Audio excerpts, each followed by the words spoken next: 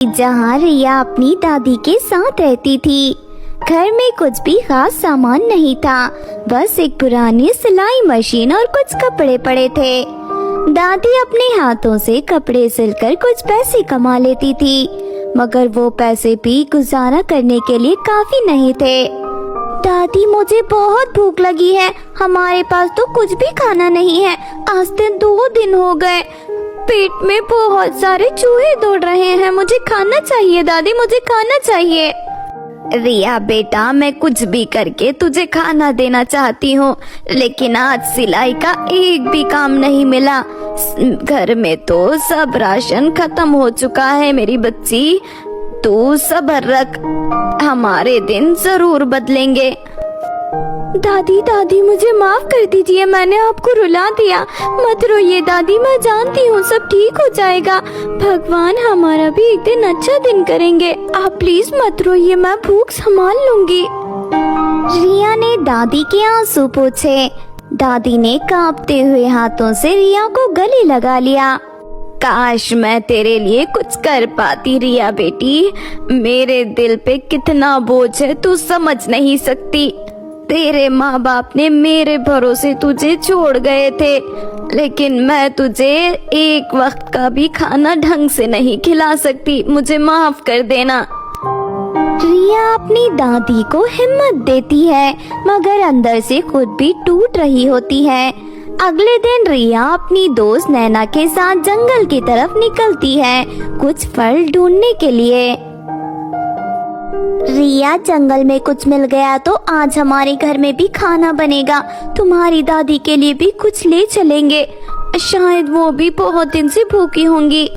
हाँ रिया, मैंने भी 2 दिन से कुछ नहीं खाया, मेरी दादी ने भी 2 दिन से कुछ नहीं खाया। शायद हमें जंगल में कुछ फल या कुछ और चीजें मिल जाए तो हमें खाने के लिए मिल जाएगा। बस भगवान से दुआ करती रहना। वो दोनों जंगल के अंदर जाती हैं और घंटे भर तलाश करने के बाद भी उन्हें सिर्फ कुछ सूखे हुए पत्ते मिलते हैं। तभी अचानक एक रोशनी चमकने लगती है। अरे ये क्या, इतनी रोशनी कैसे हो सकती है जंगल में? ये तो अंधेरों से भरा होता है। चलो चल के देखते हैं, शायद कुछ खास हो, हमें वहाँ कुछ खाने के लिए मिल जाए तो।